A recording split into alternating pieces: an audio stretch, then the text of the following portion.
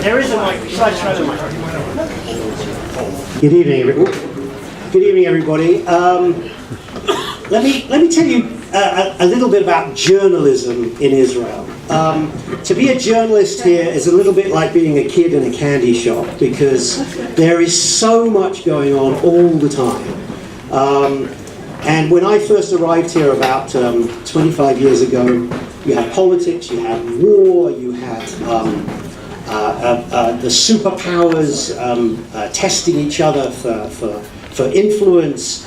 You had all military stuff, you had all this stuff going on. Then about 20 years ago, suddenly you had a whole other layer that was laid on top of that, which was Israel's extraordinary technological development that then blossomed into this entrepreneurial business phenomenon.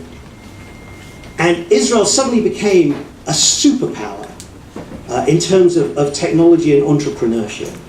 And the atmosphere that you find walking down Rothschild Boulevard reminds me a lot of being in London in the 1970s, when you couldn't walk down the street without tripping over a punk rock band. And the kids that you would see playing guitar in the back room of the local pub one week would be on television and signing record deals and playing stadiums the next week. And here it's exactly the same, except this younger generation are not writing songs, they're writing code. They're not playing guitars, they're playing with computers. And the deals that they sign are not worth thousands of dollars, they're worth millions, if not billions of dollars. But the problem being a journalist covering those stories is that most of what they do is very, very boring. And there are very few rock stars among this new generation of bubbling talent. And so it takes a special kind of journalist, first of all, to tell those stories, and secondly, to spot the rock stars when they do arrive, and realize that that's a story worth telling, and to tell it well. And that's what we're here to celebrate tonight. Because tonight, we're here for the launch of a book that is written by someone who knows how to write these stories, and who spotted a rock star and spotted the story and has done an amazing job in telling a terrific story. So please welcome the author of Totaled, Brian Blum.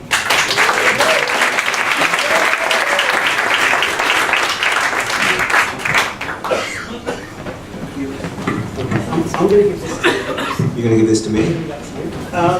Because you're going to talk more than me, so your voice is Okay. Can you hear Matthew if he talks without this? I will talk like this, and you will hear me. So, first of all, Brian, why did you choose new things to tell this story? I mean, writing a book is a little bit like choosing a partner, okay? Because you're going to live with this story for at least a year. You have to be kind of in love with everything that's going on. And what attracted you to this story?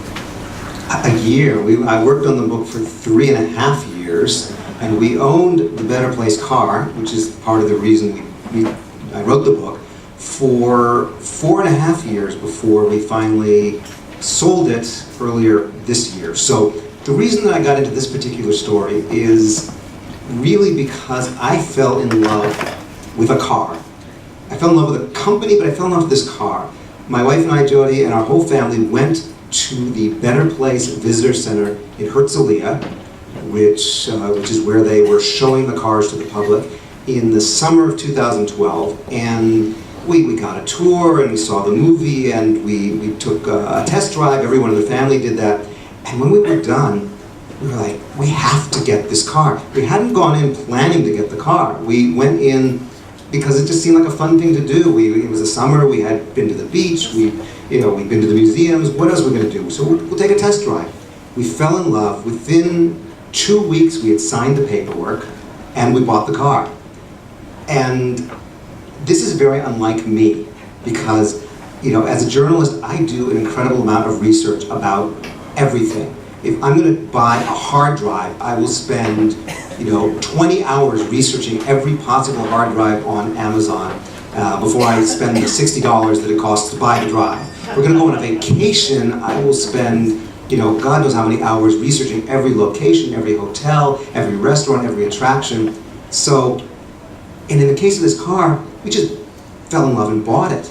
And when the company went out of business less than 9 months later, I said, wait a minute, did I do my due diligence? That's what you do in the investment world. You research and you figure out whether or not the company you're about to invest in is worth it. And it's like, I didn't do my due diligence. And I got to find out what happened. Why did this car fail? Why did this company fail? And so I started to research and I started to interview people, and it became more and more interesting. And 3.5 years later, here you all are, for the book launch. So tell us first of all about this car. You describe it rather lovingly in the book. You take us through all its different high-tech on-screen displays, the stuff that talks to you and tells you not just GPS, but where to fill up and how much you got left and where to go and then how to charge it. What was so special about the car? Why did people love it so much? So, an entrepreneur named Shai Agassi, who had been working for SAP, an Israeli entrepreneur, got the idea in about 2005, 2006 in Davos, Switzerland, where he was a member of the Forum of Young Global Leaders, which is a division of the World Economic Forum, and he was part of this group of select young leaders who were given a task to make the world, to figure out what they could do to make the world a better place. Some people tackled healthcare, some people tackled other topics, but he decided to tackle gasoline, pollution, emissions. Okay, I think I hopefully fixed that. And so he and a partner came up with the idea for what would be a better place. And the idea was, how can we turn the world from gasoline, which pollutes, which has connections with countries which are not necessarily friendly to the West, how can we turn them to electric cars using the technology that existed at this point it was 2007. And at one point he said in a TED Talk, he said there's no time for a science fair. There was no time to develop new battery technology. There was no time to develop anything more than what existed right then and there. How can we do it? The batteries won't last more than maximum 100, 120 kilometers. That's not going to work. People are not going to buy a car, not going to switch from gas for 120 miles before they have to plug in and charge. And where are you going to do that? And so he came up with the idea of creating electric cars with switchable batteries. So for those of you who don't know the car, you would charge at home, but if you ran out of juice before you got to the end of your battery at your 120 kilometers, you would pull into what looked kind of like a gasoline, kind of like a car wash, like a gas station car wash. You would go up on a ramp, you would turn the car into neutral, the car would be raised up a little bit on a platform, a robot would come in from the switching station, it would take out your spent battery, push it into the switching station, bring in a brand new recharged battery, put it back into the car, and in 5 minutes off you would go and you could drive another 120 kilometers. And that was a solution for driving and converting the world to electric cars in 2007.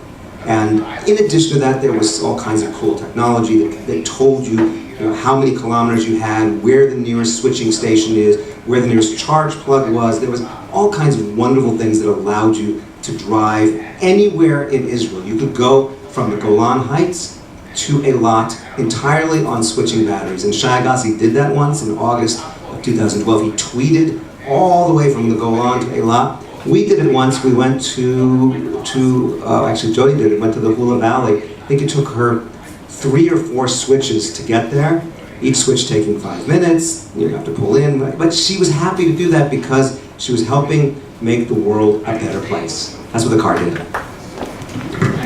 Okay, so that was the car. And who is Shai Agassi? Who was he? Where did he come from? What kind of person is he?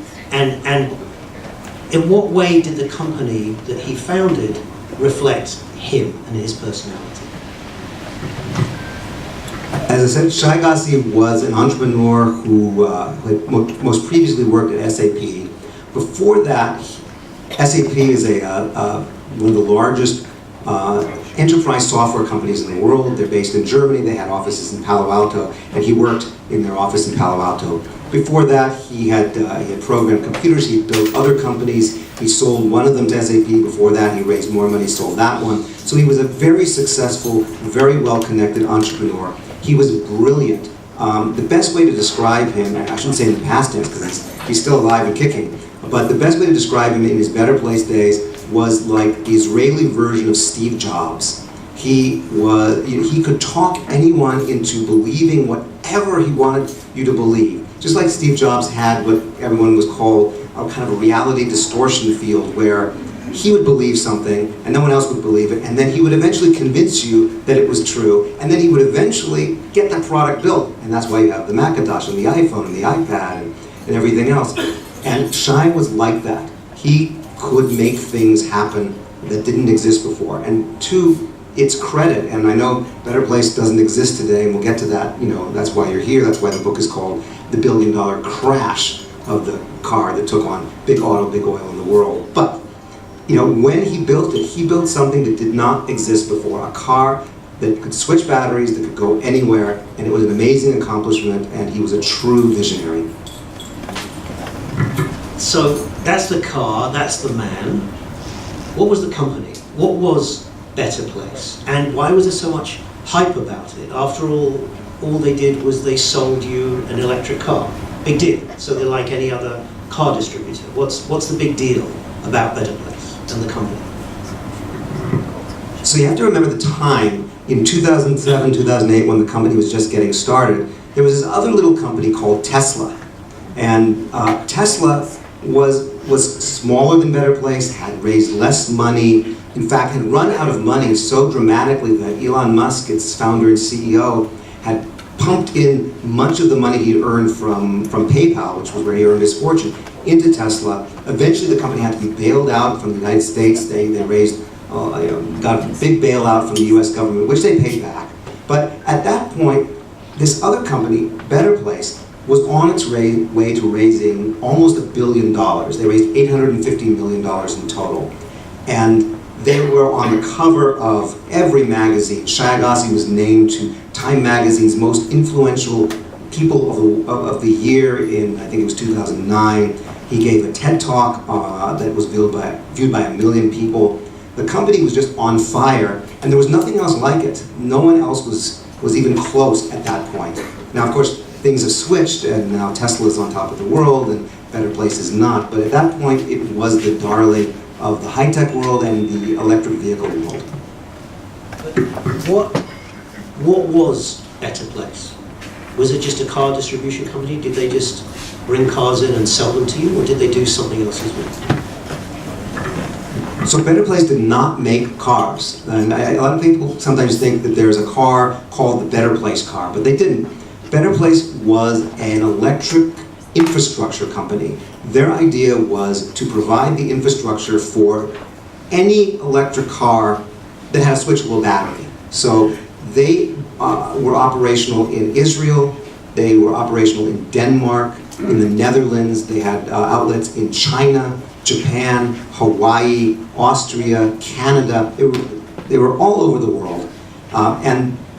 But they didn't make their own cars, so they contracted with Renault, the French car maker, to sort of retrofit a car that was already in the pipeline called the Fluence. It's a 5-seat sedan, not a particularly sexy car. It certainly was not a $100,000 Tesla, but it was on its way, and it was fairly easy to retrofit. You took the gasoline tank out of the back, you put a big battery in, you took the gas engine out, you put in an electric engine, and you had a car that now could run on electricity and could have a switchable battery.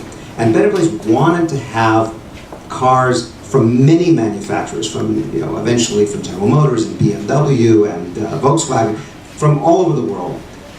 Ultimately, before they went out of business, they only had Renault, and that turned out to be a problem. But the company was an infrastructure provider, and since they didn't sell cars, what did they sell? How did they make money?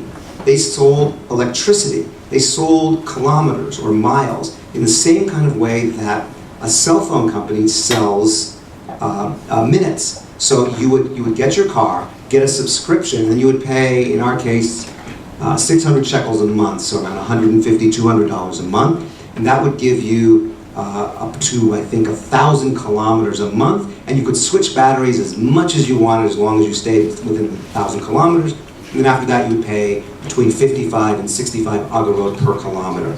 And in that way, Better Place was going to make money like Orange and Partner and Pelephone made money, not on selling the cars. One of the things that comes across in the book are these, it's some extraordinary characters that were involved with this company. Apart from Shai Agassi, one of them was Idan Offer. There's a wonderful moment in the book where Idan Offer, who's the head of the Israel Corporation, he wants to read a Harvard thesis about management. And if you and I were reading a Harvard thesis about management, we might, I don't know, sit in an armchair, take it to bed, I don't know, take it to the beach. He gets on his yacht, his $10 million yacht in Monte Carlo, and he sails the yacht to Greece, I think, and by the time he gets off in Greece, he's read the thesis from Harvard, which is, that's not something you can say about many people, that they chose to read the thesis on their $10 million yacht. And you spent quite a lot of time with Idan Offer from reading the book. Tell us about some of the characters involved that were part of this story and that you came to interview. Idan Offer was probably the most interesting character that I interviewed because I've never met or interviewed somebody whose net worth is $4.5 billion.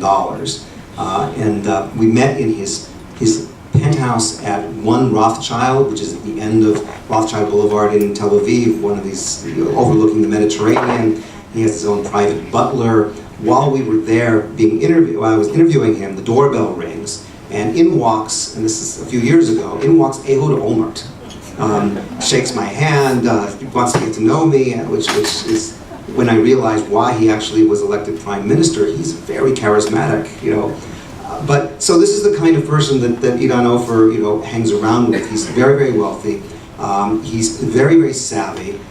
He's invested through the Israel Corporation, through its private arm called Quantum Pacific, in many companies, many of which were not clean energy companies at all, like the Dead Sea Works or oil refineries in Haifa. So when Shai Agassi came to him in 2007 with really just the idea on a piece of paper for what Better Place would be, Idan listened carefully. They had a good rapport.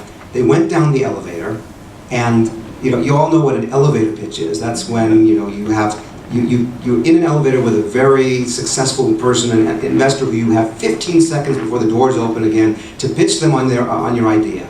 So they're literally going down the elevator. You already had gotten to know him, and at the end of the ride, Idan Offer pulls Shai Agassi aside, puts his hand on his shoulder, and says, "I'm in for $100 million."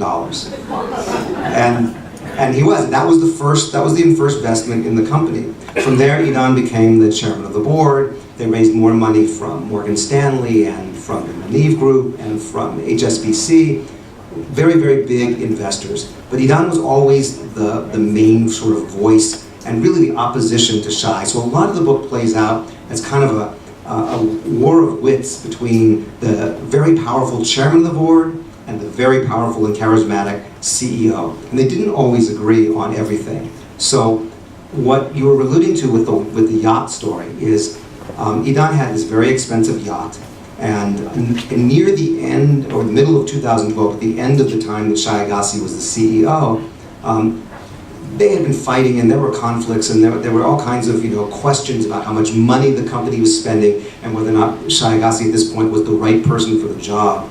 And somebody put a copy of a magazine article called "Narcissistic CEOs the pros and cons. I think it's the incredible pros, the terrible cons. It's by a Harvard University professor, Michael McCoby. And he picks it up. It's only 7 pages long, and he reads through it, and he realizes that, at least this is what he told me when I interviewed him, he realized that the description of narcissistic CEOs applied to his CEO, Shai Agassi. The goods, all the amazing things he built, but also not being willing to listen necessarily to what other people had to say, and there were a lot of different questions that came up. And at the end of that yacht ride, he said, "I can't work with him anymore." And of course, the company was already only a few weeks away from being out of money, which was obviously the real catalyst. But at that point, Idanov fired the CEO and founder and visionary of the company, which many in the Israeli press said, okay, this is normal. You don't have your visionary founder forever. You hire a manager who's done this before. But it didn't play well. People lost confidence. Investors lost confidence. The journalists, the newspapers, attacked Better Place, and it never recovered. It went out of business about 6 months later. So you describe this, and I think correctly, as a kind of a thriller, as a kind of a whodunit. And we open the book. No, the body is already cold. We know who's dead here. And so the question is, who done it? So tell us, who done it? What went wrong with Better Place, and who was responsible? That is a question that everybody has been asking. It may in fact be the reason why you're even in this room today, because you want to know who done it, who killed or what killed Better Place. And the answer is everyone and no one. So let me explain what that means. People said, was it the CEO? Was it the chairman of the board? Was it the Israeli government that didn't support the company enough? Although that can be debated. Was it Renault that priced the car too high and didn't support the battery switching infrastructure that Better Place wanted? There are many different questions. Was the car too expensive? Did the company raise too much money? Did the company not raise enough money? Many, many questions. And the answer is that everyone is right. Every one of those things led to the company's demise. And no one person was responsible. The CEO will tell you that the chairman of the board was the one who didn't believe in him. And the chairman will say the CEO didn't spend the money correctly. But what really happened, is what I found in the course of writing the book, is that it was a case of changing business assumptions. So in business, you start usually by writing a business plan, business and marketing plan, and you have to write down what you assume things will be, how much the car will cost, how much it will cost for service, how much money you'll spend a month on staff and offices. And that's normal. You do that. But when things change, you adjust the business plan. So in Better Place's case, everything started to change. At one point, the car was promised at a low price, $10,000, but the car came in at $35,000, and customers didn't like that. At one point, it was assumed that the car could get 180 kilometers between charges, but the car got 120, maybe 140 on a good day if you're not using the air conditioning or the heat or the windshield wipers or not going up too many hills. And if you have a car that only goes 120 kilometers, but you've built the switching stations at a distance where they're maybe 140 to 160 kilometers apart, you get a problem, for example, like this. We wanted to drive to Eilat from our house here in Jerusalem. The distance between the switching station at the Dead Sea, at the top of the Dead Sea, and the southern end of the Dead Sea was 160 kilometers. We couldn't get more than 140 kilometers. We couldn't drive that way. Now, I said this once to the director of customer service at Better Place. I said, "What are you going to do about this?" And he said, "It's not such a big problem. You'll go by way of Beersheba." and that is actually one of the problems with not just Better Place, but electric cars in general, which is that people in the electric car industries are always saying, you can you can do okay with this. Okay, so you have to stop your car every 100 kilometers, 200 kilometers, in Tesla's case, every 400 kilometers, and charge it for 30 to 45 minutes. It's okay. You can deal with that. But that is not what consumers want. Consumers, when they're trading for a new technology, electric cars, they want it to be as good or better than the car that they had, the gasoline-powered car. They want to be able to charge it, in 5 minutes, anywhere, and be able to go 300-400 miles or kilometers, on a single charge, like they can with a tank of gas. So this put people off the car as well. And then there were other issues that changed. They thought that the switching stations would cost $500,000 to build. They cost $3 million a piece to build. They thought it would cost $100, $150 to install a charge spot in your home. But they didn't account for the fact that they would have to send, not one person, but two, and they might have to come back a second time, and there might be legal work that you have to deal with the House Committee. It wound up costing 10 times that, $1,000 per installation. And when you add all these things together, all these changes, Better Place was faced with a situation where they were actually losing money on every car they sold. And what does that mean? It means that it doesn't matter if you have more money or more time. Every car you sell, you lose more money. So at this point, the company needed to decide what to do. Either stay the course, double down on the dogma of switchable batteries and it'll work out and we'll raise more money and technology will get better, etc., or pivot. And that's a very common thing that happens in business. You say, you know what? The business plan that we started with in 2008, it doesn't work anymore, we're going to change. I think, after having spoken to a lot of people, that Better Place could have survived if it had pivoted, if it had changed, and I can talk about what that would have meant, but that's not what it did. It stayed with the business model from 2008, despite the changes in the business assumptions, and it just ran out of money. And that is the less glamorous, but still interesting in the book story. And I mean, it wasn't a billion, 850 million, that's a lot of money. That's a lot of money, and they spent all that in what, 4 years? I mean, how? How on earth do you spend, more than $200 million a year? Where did the money go? Well, the part that's even more sort of shocking is in January 2012, the company had raised a Series 3 or Series C round of $200 million. And that should have lasted a long time. But at that point, they were spending about $1 million a day. Okay, that's the burn rate. They were spending it on offices. They were spending it on buying the car because they had to buy the car from Renault and resell it. They had to buy the battery. Each battery cost $15,000. Now, the car was sold for $35,000 to customers, of which Better Place, at the end of the day, earned about, $3,000, which wasn't enough really to cover, the expenses. But the $15,000 battery, Better Place had to buy themselves because you, the consumer, actually bought a car with an empty slot where the battery was. You didn't own the battery. So Better Place owned the battery. They had to buy the battery. Now, $15,000 times a lot of cars that you're buying in advance that you don't know if you're going to sell, that's an expense right there. Then there's all those switch stations, $3 million times 40 switch stations that they built around the country, all the charge spots that had to be put in, all of the business development expenses, all those offices and flying to different countries and talking to different people. It really just adds up. And then, of course, it's the high-tech world in Israel, and we've long passed the days when Israeli salaries were lower or are lower than U.S. high-tech salaries. Israeli developers and high-tech professionals earn just as much as their counterparts in Silicon Valley do.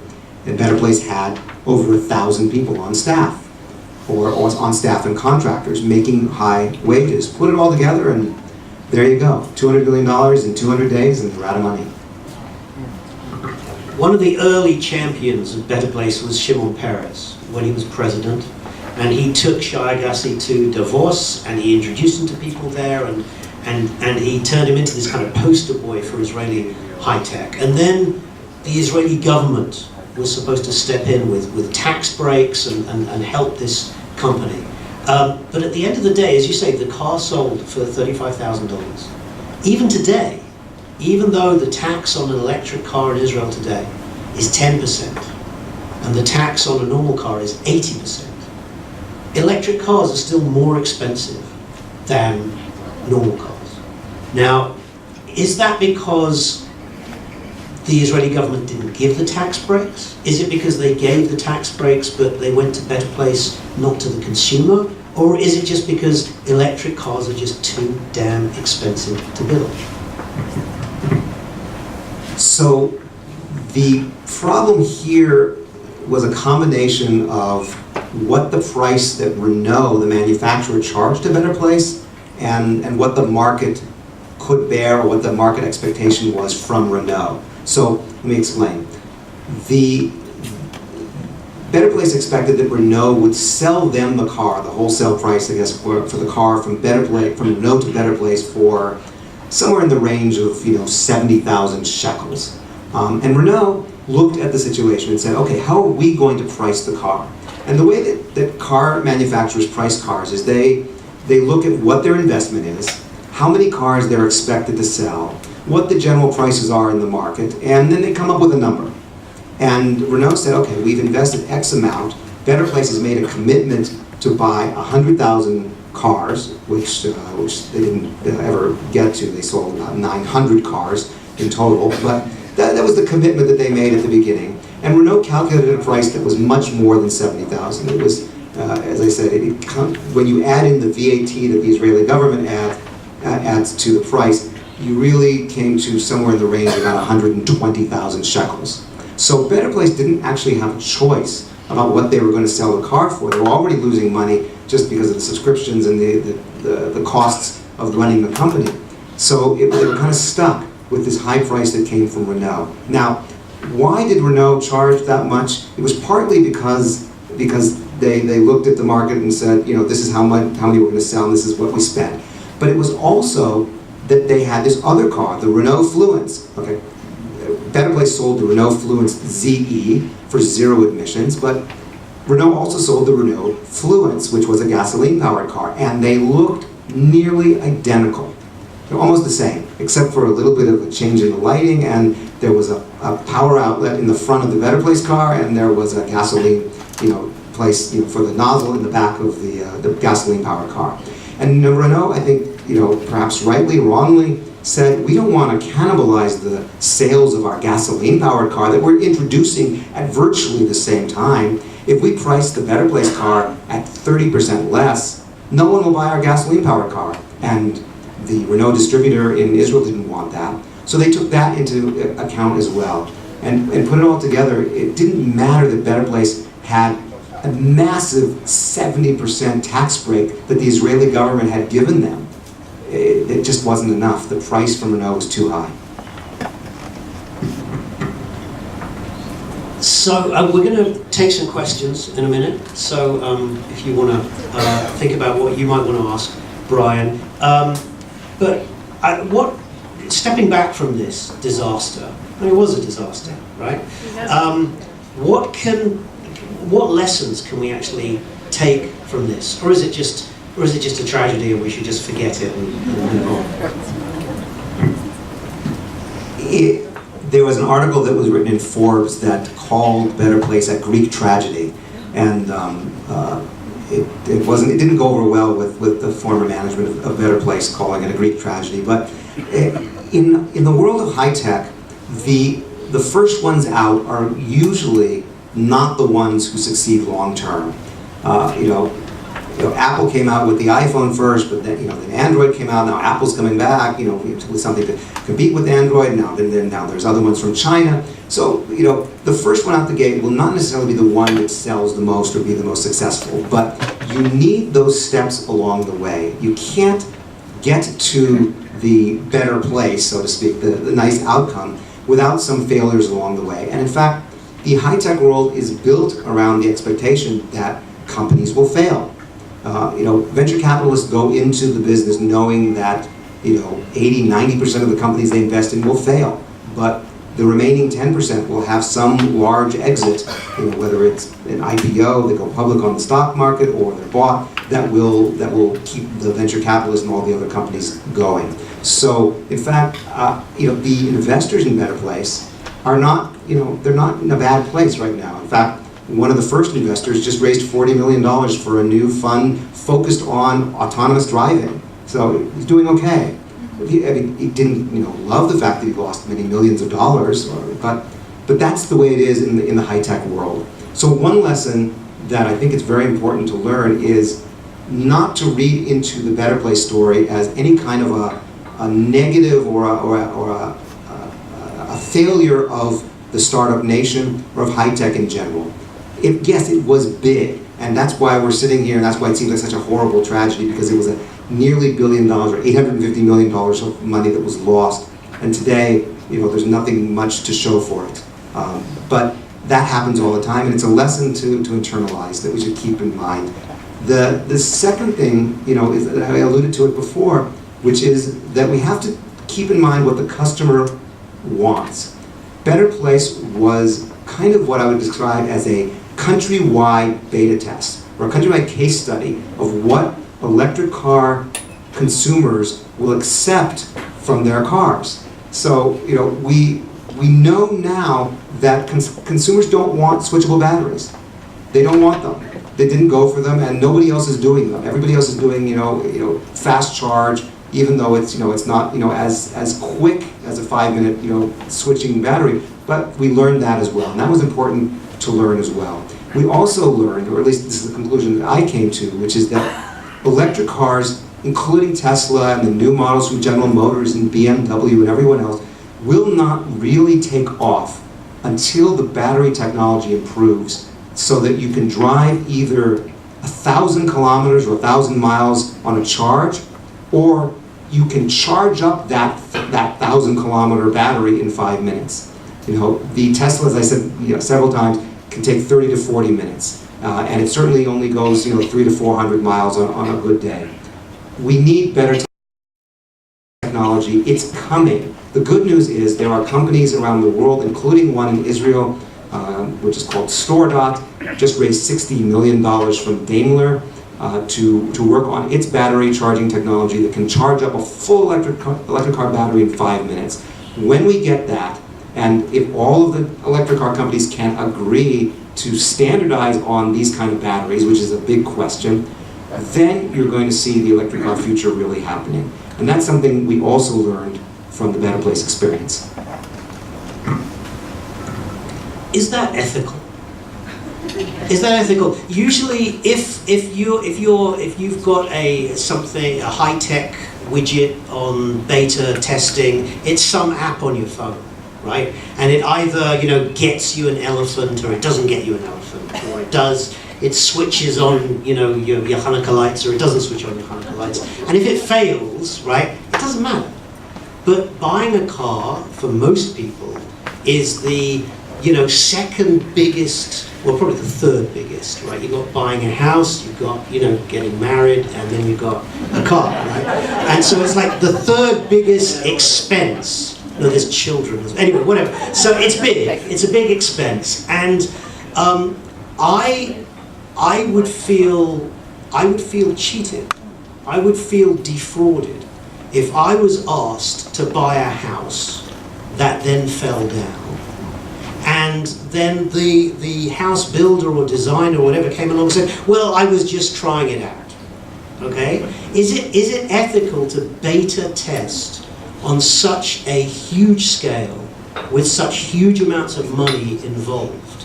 And as you say, the investors, well, they walk on to their next investment. And I'm sure there are people out there who spent all this money on a car who probably can't afford to buy another one.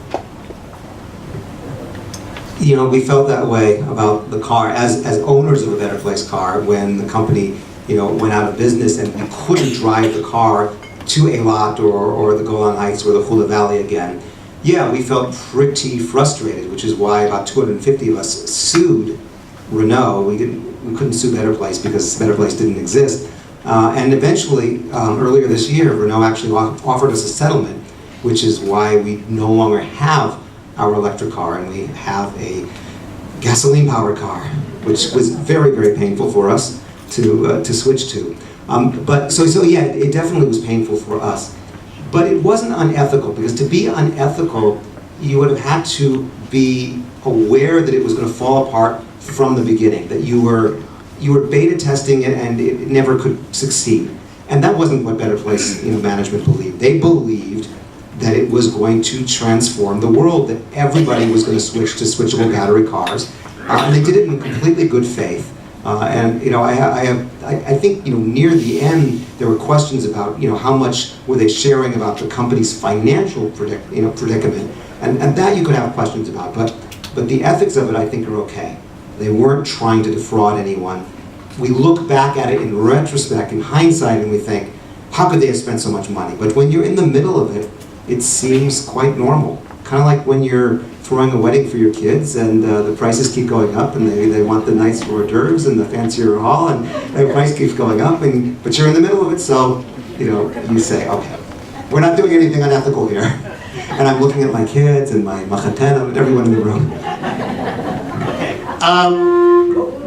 Does anyone have any questions for Brian? Let me bring you a microphone. Thank you. You say you didn't do your due diligence. It seems to me from what you said after that Idan Arthur didn't do his either.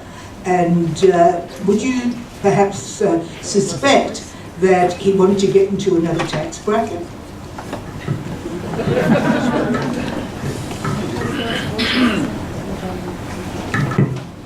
I haven't heard that one before.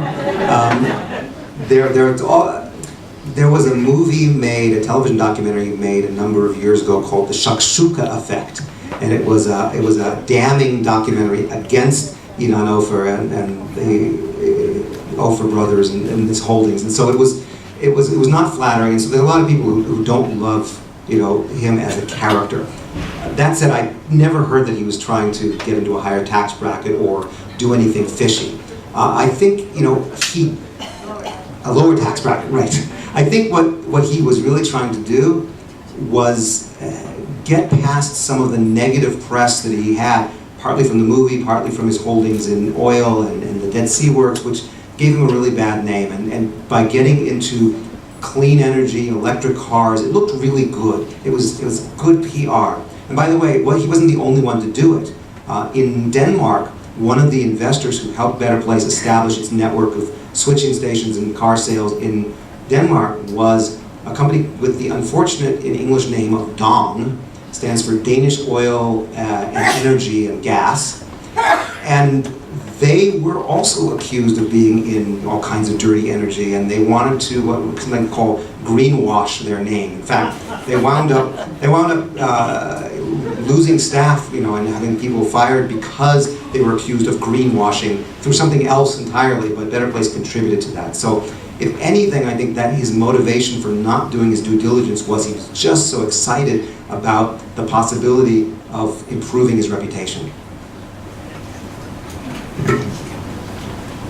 You alluded to there might have been a pivotal change that might have saved the company, so could you elucidate on that? Gary asked, what would be the pivotal change that I thought might have saved the company? Well, it wouldn't have made things good for us, actually, but I think when the company realized that it was not making money on cars in Israel with its infrastructure and its the pricing structure, it probably should have pulled out of Israel entirely and moved to China. Now, why China? Because they had an operation in China. It was just a visitor station and a demo center with a switchable battery car, but there was none of the sort of baggage, the financial baggage, the reputation baggage at that point that was going on in Israel. The Chinese have set goals that Israel has still not set, really, to switch their entire fleet to electric cars, within the next 20 to 30 years. They have a huge pollution problem. Anybody who's been to Beijing knows you can't go out without a gas mask or one of those white masks on because it's just so polluted.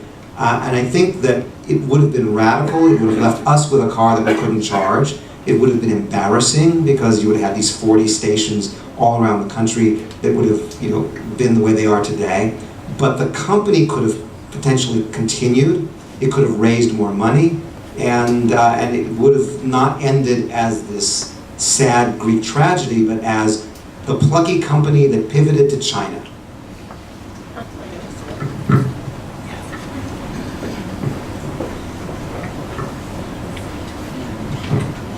Brian, I'm curious about the board or those that were potentially responsible for looking at the numbers throughout the years.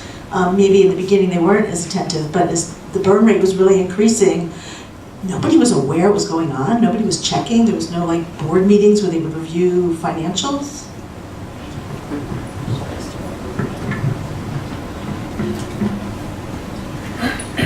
The one microphone curse here. I get time to think about my answer to that one. Thanks. So what happened is that at one point, about a year and a half, about 18 months before Shai Agassi was fired by Idan Ofer in September 2012, the CFO, the Chief Financial Officer of the company, resigned along with much of, well, a little bit after that, most of his finance team also resigned. And he resigned, and he told me, I interviewed him for the book, because he was very politically correct about it, but he didn't agree with the direction the company was going, which probably meant he didn't agree with the way that the company was spending or where it was putting its emphasis. He left, and the board of directors said, okay, we need a new CFO. The CFO is the guy who looks at the big picture, monitors all the numbers. And in Better Place's case, this was very important because there were many different divisions set up. There was the Israeli division, there was the Danish division, there was Better Place Labs, which was the R&D division, which was a separate division. There was the US division. There were all these different divisions, and there was no single point of authority or a person to ask, what are we spending? No one was looking at the numbers. And a new CFO was not hired until Shai Agassi left. Now, some said that it was because he didn't want a CFO, because it would have challenged his vision on things. Other people said they simply couldn't find someone because they didn't have a high enough caliber CFO in Israel where the headquarters was. For whatever reason, there was no one looking at the numbers, except for one guy who I talk about in the book, who became like the boy who cried wolf. And he realized in February 2012 that the company would be out of money by October. And he ran around to all the board members and to the management and said, we're going to be out of money, we're going to be out of money. And everyone got alarmed, but they didn't really listen, and eventually they ignored him. And they ran out of money. In October 2012, Idan Ofer put $100 million extra into the company to keep it going because it was out of money. Now, the truth is, I haven't looked at the financials. I don't know that it was out of money completely, on October 31st, 2012. I do know that there's no reason why you would put $100 million into a company that had just lost its CEO, that wasn't selling cars and had lost the trust of the public and the media, unless you didn't have any more money. Take a couple more questions. I don't know, like a comment and a question. It sounds like the business was run by very arrogant people who didn't do any diligence. It sounds like everything that they estimated was underestimated. And you say they planned for 100,000 cars to be sold, and you sold 800. I mean, even in high tech, that's rather bizarre. But the real question I have is, there's a lot of articles written about the whole idea of electric. And there's a lot of people who feel that unless government is going to force people to buy electric, that electric really is not the solution to the future. There's a lot of concern about how you produce electricity, all the oil, all the gas, all the pollution that goes into the production of electricity. There's a lot of concern about what's going to happen to all these batteries when they go out. And there's a lot of hype about electric that seems to get swept under the carpet by people who are electric proponents. And the question is whether the old model of the gas engine can be made better.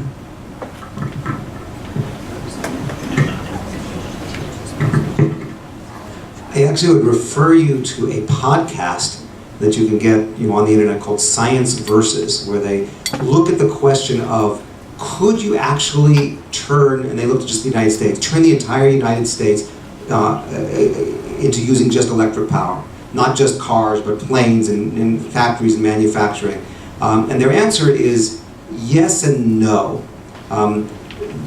The thing about electric, for electric cars or in general, is that it is not dependent on gas and coal and fossil fuels. There are other alternatives. There is the sun, there's hydropower, there's wind power. Now, today, right now in 2017, those will not give us enough power. The batteries won't hold the power long enough, so, in the evening when the sun is not shining and when the wind is not blowing. So there are many problems today with imagining that can convert the world to electric. But there are power sources out there that are not fossil fuels. And so if we believe that those will happen in the next 20 to 30 years, then switching the easiest part of the transportation grid, which is electric cars. Think about how hard it is to switch airplanes to electric batteries. I don't know if they would actually get off the ground. Batteries are too heavy. But cars, you can do it. We know. We see it. It works. And we know that if they're running on electric batteries and electric power, we could get other sources of power. Maybe down the road, not there yet. If we stick with gasoline and oil and other fossil fuels, for factories and for cars, we will never get there. We will continue to pollute the earth. We will continue to contribute to climate change. We will run out eventually of gas and oil, and that doesn't seem like a sustainable or tenable alternative.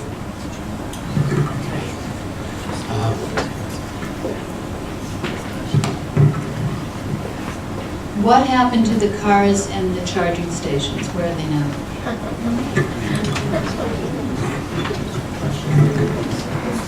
I'm so happy you asked that question because it's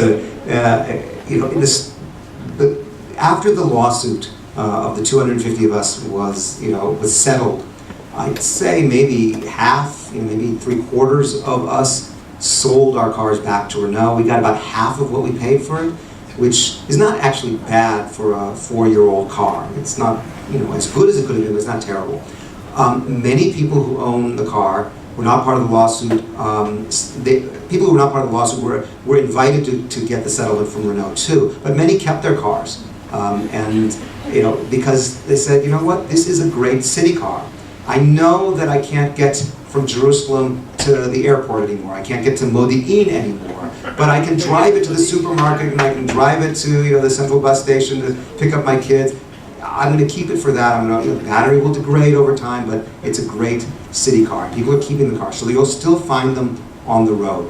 For those, because you have a charge spot in your house. In your garage, you have your own charge spot. But don't the batteries eventually... And don't the batteries eventually degrade? Yes. Our battery started off with 120 to 140 kilometer range. By the time we sold it back, we wouldn't drive it more than 70 or 80 kilometers. So, by the way, Matthew asked another lesson that we learned. We learned that in 4 years, at least that technology of battery, which is the same technology everyone else is using, will degrade about 50% in 4 years. So you need a new battery. We learned that. So the cars that were sold back to Renault were shipped off to somewhere. I don't know where. They were probably crushed. The batteries were probably buried, which that gentleman is concerned about what that means, and absolutely right to be. We don't know what the effects are of burying or burning down or recycling batteries are. The cars are gone. The switching stations are kind of like monuments to disaster. I drove out to the switch station in Jerusalem, which is ironically located right next to the cemetery, which gives the expression "gone to a better place." And it's just a shell. It's filled with garbage. The glass is broken. If you go to my website, there's a video of me actually going out there, and you'll be able to see it. In Beit Shemesh, this is perhaps the most ironic and sad but telling story of all. The switch station has been converted. It's not destroyed, but it's selling something other than cars. You know what it's selling? Tombstones. And you can see that in the Jerusalem Post. There's an actual picture of a tombstone sales lot with the Better Place sign right there. They didn't even take it down.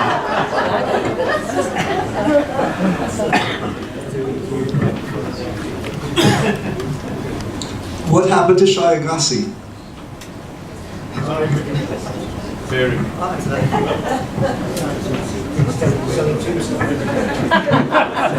So Shai is still in Israel. He lives in the center of the country. For a while after A Better Place, he established a company in London. The idea was to sell electric-powered, battery-switchable taxis. Not to sell them, but to work with the government to power taxis in London, which is actually an idea that other companies are looking at. And it's something that worked for Better Place. They had a demo in Japan, in Tokyo, that ran for about 3 to 6 months with electric battery switchable taxis. They were doing it in Amsterdam from the airport to the city.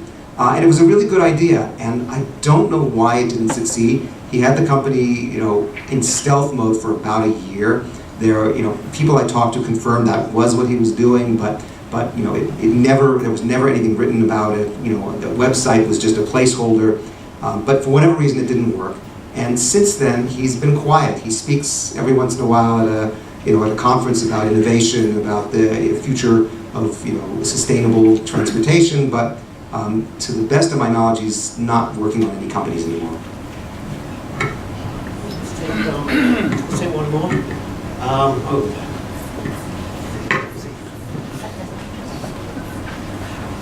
Hey, Brian. Yeah, I understand after this you're taking this back to the States.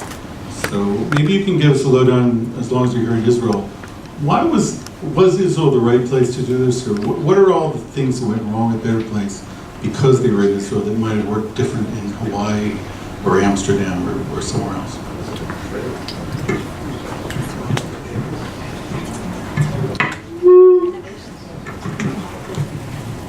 So I'll just address the very first thing you said is, yes, we are going on the road with this, doing talks in California in November and December. So if anybody watches this video and knows someone there, have them be in touch with me, and I'd be glad to bring it to your synagogue or organization or company. The reason that they came to Israel, was really because Shai Agassi is Israeli. The company was founded in Palo Alto. The headquarters is in Silicon Valley. The company was incorporated in Delaware, like so many companies are, especially Israeli companies. And the R&D arm was in Israel. The intention was never actually to have the headquarters in Israel, but at one point, Shai felt like he wanted to be closer to the R&D and closer to his family, so he moved back with most of his senior people and moved the headquarters to Rosh Hashanah, which is where Better Place had its headquarters in Israel. So there's no particular reason why it had to be in Israel other than the Israeli connection.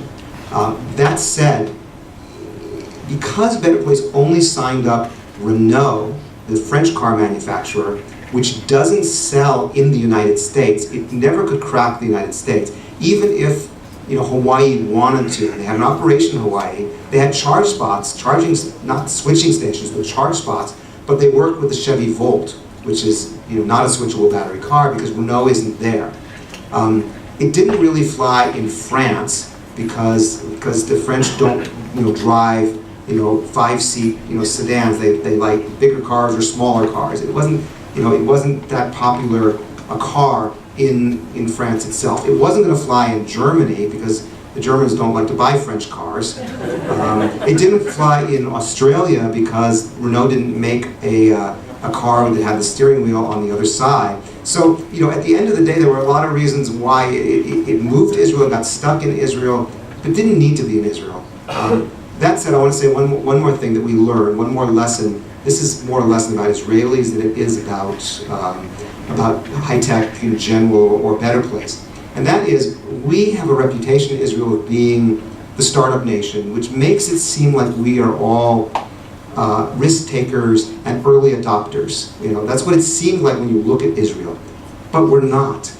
Israelis are actually very conservative. We don't take risks. The high-tech people take risks with other people's money and then take their products to the United States or Europe.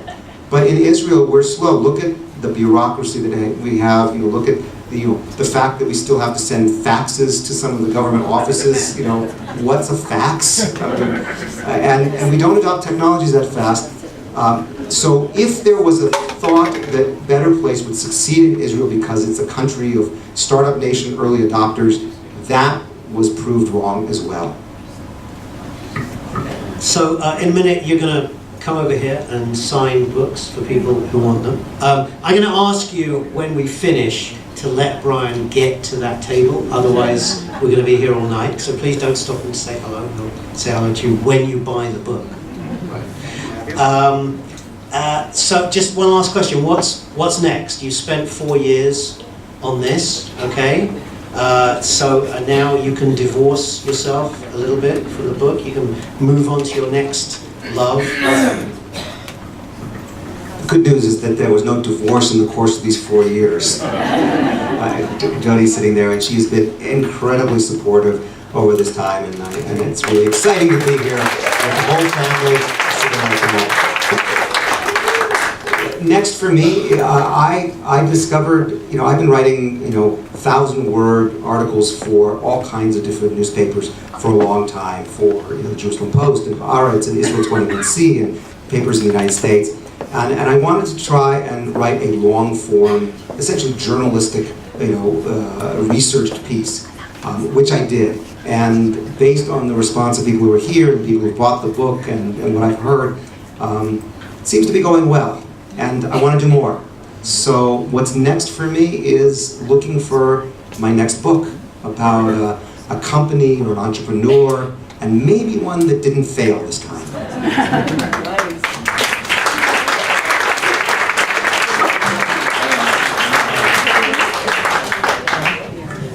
Matthew told me to keep the thank yous very, very short. So thank you, Matthew, for interviewing me. Thank you to the sponsors this evening, the Times of Israel, the ACI, Pico Jerusalem, and all the people who shared this on Facebook. Thank you to one of my editors who is here, Abby Leichman is here, and I've met her once before in my life. It's a delight to see you again. The people who are trying to bring the book into Chinese to sell it in China, Michael Kagan is here, he's over there. Thank you for being here and for pushing that forward. And I want to tell you just one last thing, and in case you didn't know, in addition to a book, there is a podcast version of The Better Place story that picks up from the end, from the bankruptcy, and talks about how people like us and others fell in love with the car. It was produced with Israel Story, which is a fantastic podcast. Mishi Harman is here in the audience, and it was a pleasure to work with him. It was like writing another book. So thank you to Mishi for believing me and bringing me back to the world of radio. And I already said thank you to Jodi and my kids, so I am done. I'm going to be over there. I'll be glad to sign any books. Thank you all so much for coming.